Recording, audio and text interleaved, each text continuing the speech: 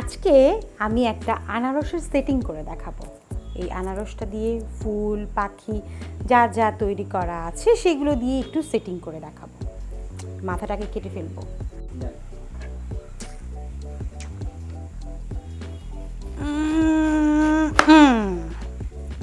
এটার নিচে একটু কেটে এটাকে বসাবো আগে। গায়ে হলুদে বেশিরভাগই মানুষই বলে আনারস দিয়ে ডেকোরেশন করা যায় কি, তো আনারস দিয়ে আসলে তেমন একটা ডেকোরেশন খুঁজে পাওয়া যায় না। আনারস দিয়ে ওই যে আগে যেরকম হতো টুথপিক দিয়ে আঙ্গুর দিয়ে গেঁথে যে ডেকোরেশনগুলো করা হতো ওটাই বেসিক্যালি আবার বলি সুন্দর হচ্ছে। এটা একটু ফান করা বলা বিস্তারিত মানে ডিটেইলস বলা আর কি। এটা বলো। আনারস দিয়ে আসলে আগে তেমন ডেকোরেশন দেখা যেত না, দেখা যেত যে টুথপিক দিয়ে আঙ্গুর দিয়ে লাল আঙ্গুর চেরি ফল এগুলো দিয়েই ডেকোরেশন করা হতো। এখন একটু ভেরিয়েশন এসেছে যে আনারস দিয়ে একটু ডিফারেন্ট কিছু করা যায়, এটাই আমি আজকে দেখাচ্ছি।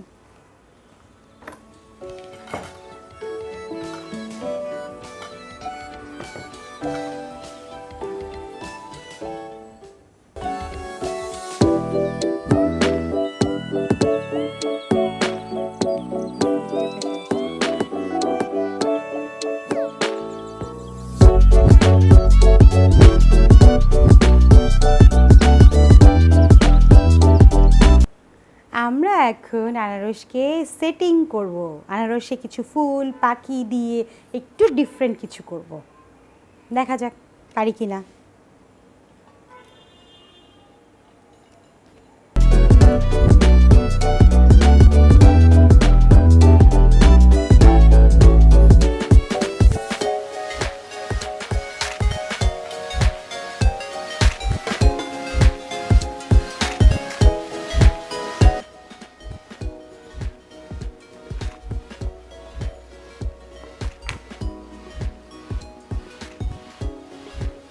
পাখিগুলি দাও।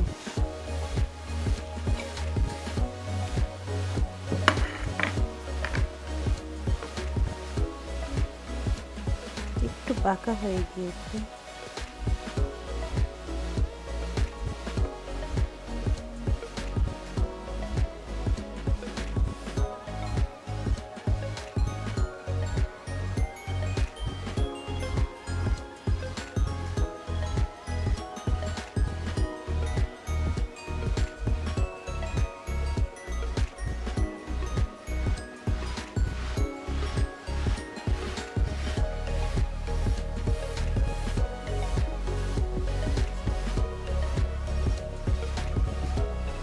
লাল গোলাপ, এখন আমি একটু গোলাপ দিব।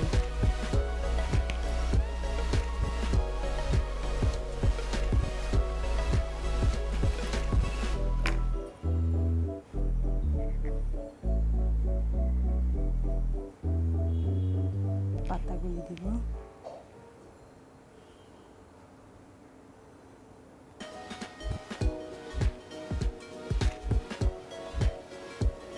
পাতাগুলি দিব।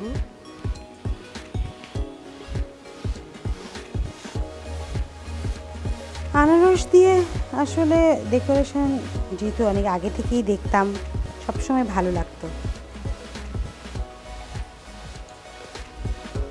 আনারস খেতেও আমার অনেক ভালো লাগে। এই যে এবার রেডি হয়ে গেল আমার আনারসের একটা কার্ভিং সেটিং। আপনারা চাইলে এখানে আরও অনেক কিছু, এখানে ফল ও সবজি দুটোই ব্যবহার করেছি। এখানে আনারস ফল, মিষ্টি কুমড়া, শসা আর বিট দিয়ে ডেকোরেশন করেছি। বিট দিয়ে গোলাপ বানিয়েছি, শসা দিয়ে টুইস্ট করে ফুল বানিয়েছি এবং মিষ্টি কুমড়া দিয়ে ছোটো ছোটো পাখি বানিয়েছি।